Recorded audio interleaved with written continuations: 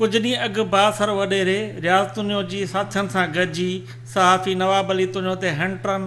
ऐं बेल्टनि सां सरेआम तशदुद जी वीडियो सोशल मीडिया ते वायरल थी आहे।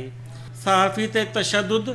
ऐं उहा वीडियो सोशल मीडिया ते वायरल करण ख़िलाफ़ कलम धणियुनि पखो प्रेस क्लब खां शहर जे bypass main Indus highway road ताईं धरणो हणी सख़्त नारेबाज़ी कई। असांजो मुतालबो इहो आहे त जेको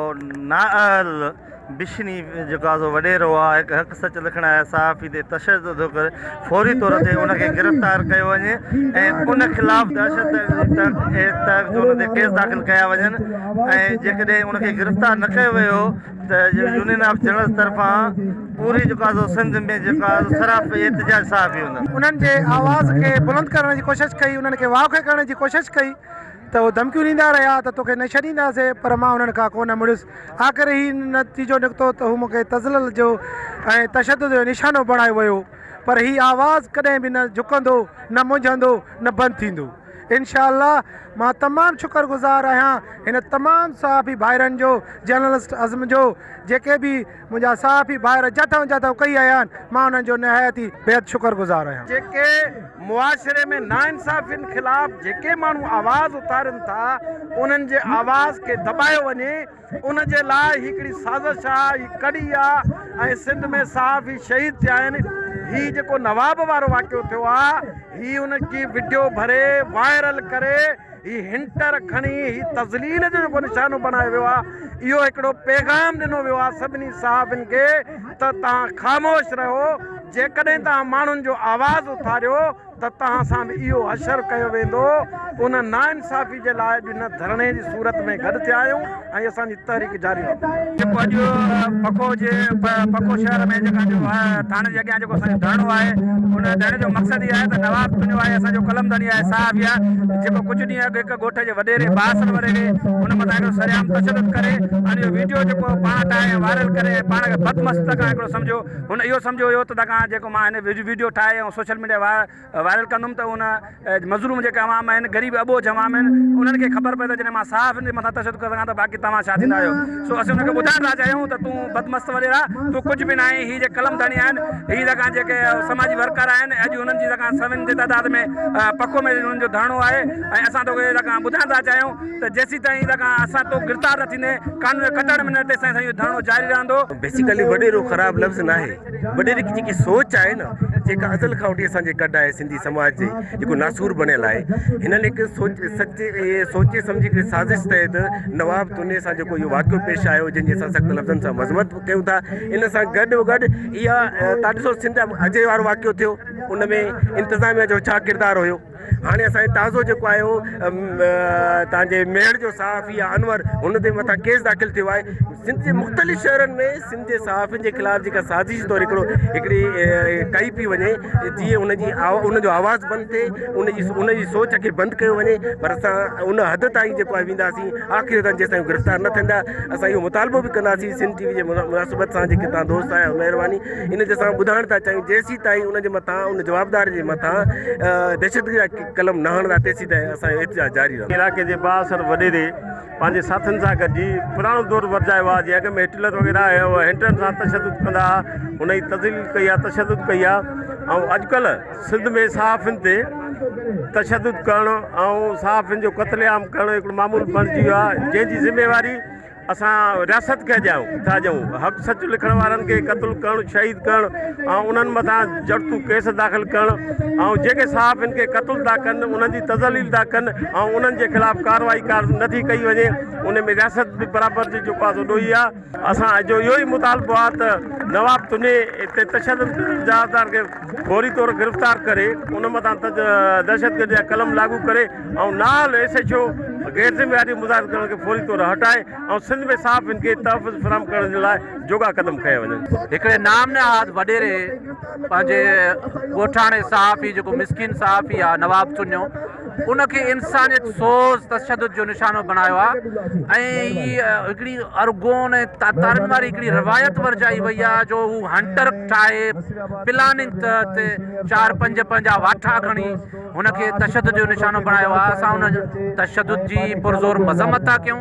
ऐं इंतिज़ामिया जेका हिते आहे कंबर शहदादकोट ज़िले में जेका पुलिस इंतिज़ामिया जंहिंखे चवनि था उहा किथे आहे। मूंखे त अफ़सोस थो थिए FIR थियण जे बावजूद बि उहो एॾो वॾेरो नामनिहाद जेको आहे उहो पावरफुल आहे जो उहो ज़मानत ते आज़ादु लॻो थो थिए। असांजो पुरअमन एहतजाज आहे जंहिंमें सभु सीनियर सहाफ़ी वेठा आहिनि। पखे जो हिकिड़ो मक़ामी सहाफ़ी आहे नवाब तुनियो, उनजे ख़िलाफ़ु हिकिड़े वॾेरे एॾी वॾी ज़्यादती कई आहे,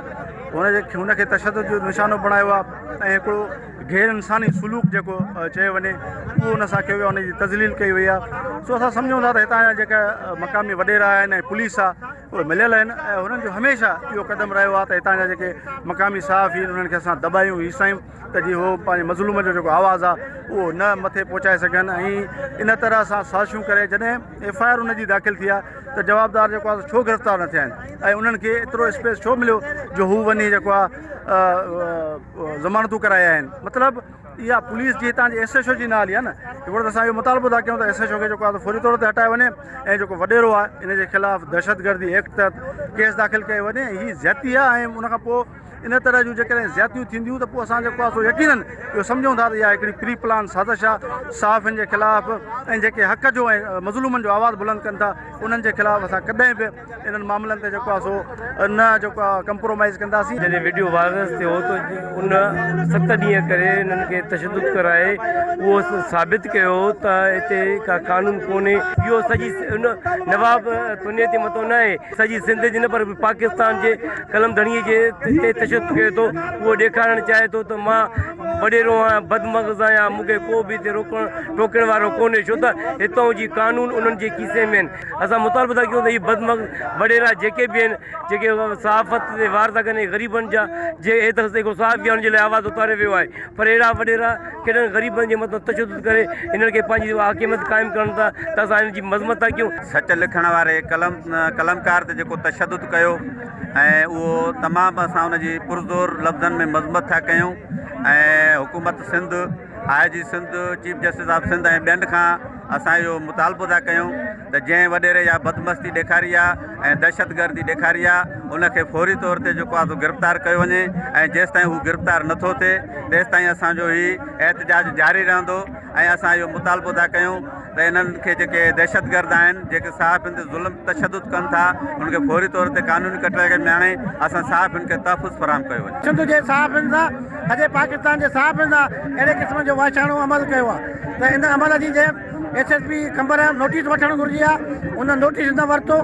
हिकिड़ा तालिबान जेके आहिनि उहे दहशतगर्द आहिनि त छा ही वॾेरो दहशतगर्द न आहे, वॾेरे बि साॻी तालिबान जहिड़ी दहशतगर्दी कई आहे ऐं वॾेरे खे दहशतगर्दी एक्ट तहत गिरफ़्तार कयो वञे। शुरूअ खां वठी सिंध जो जेको वॾेरो आहे उहो बदमस्त ई आहे। उहो सहाफ़ी समेत हर माण्हूअ खे पंहिंजे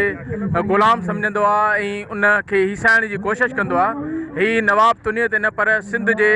शऊर ते हिकु वार आहे ऐं सिंध हुकूमत खां इहा मुतालबो कंदुसि त सभ खां पहिरियों ई उहे जेके नाल वॾेरा आहिनि ऐं बदमस्त ऐं उन सां गॾोगॾु SHO पखो खे फौरी तौर हटाए ऐं असांजे सहाफ़ियुनि खे तहफ़ुज़ ॾिनो वञे। मैं समझता हूँ कि पूरे मुल्क के अंदर इस वक्त जो सहाफ़त पर कदगन लगाए जा रहे हैं, चाहे वो कदगन हुकूमत की तरफ से हों, चाहे वो कदगन किसी और ताकतवर फरीक की जानिब से हों या वो वडेरों, खानों, सरदारों और नवाबों की तरफ से हों, हम उसकी न सिर्फ सख्त लफ्ज़ों में मजम्मत करते हैं बल्कि इस वाक़े में जमीयत उलमा इस्लाम आपके साथ है, हम आपके साथ हैं। मैं इस वाक़े की शदीद अल्फाज में न सिर्फ मजम्मत करता हूँ, मुतालबा करता हूँ कि फ़ौरी तौर पर इस वाक़े में मुलव्विस तमाम अनासर को बेनकाब किया जाए, उनके ख़िलाफ़ कानूनी कार्रवाई की जाए, उनको अदालत के कटघरे में लाया जाए और इस सहाफ़ी जिसके साथ ये तशद्दुद हुआ है उसको फौरी इंसाफ फराहम किया जाए। 4 कलाक लॻल धरणे में सियासी समाज जी धुरियुनि पिणु शिरकत करे सहाफ़ियुनि सां ॿधीअ जो इज़हार कयो। पुलिस इंतिज़ामिया सहाफ़ियुनि सां कामयाब ॻाल्हियूं करे बासर वॾेरे रियाज़ तुनियो ऐं संदनि साथियुनि ते दहशतगर्दी एक्ट तहत केस करण जे यकीन ते धरणो ख़तमु कयो। पखो पुलिस बासर वॾेरे जी गिरफ़्तारी लाइ ॻोठ लाइ ॾंदूं तुनियो ते छापो हयो पर बासर वॾेरो अॻु ई घर ख़ाली करे फ़रार थी वियो हो। हिननि वस वारनि ऐं ॿियनि खां उहा अपील कई आहे त जेको असांजी FIR आहे उहा ATC तहत कटी वञे। ॿी सूरत में समूरी जेका सिंध जी उहा सरपया एहतजाज हूंदी। कैमरामैन खान मोहम्मद चनो सां गॾु अलीगुल मुगैरी, सिंध TV न्यूज़ पको।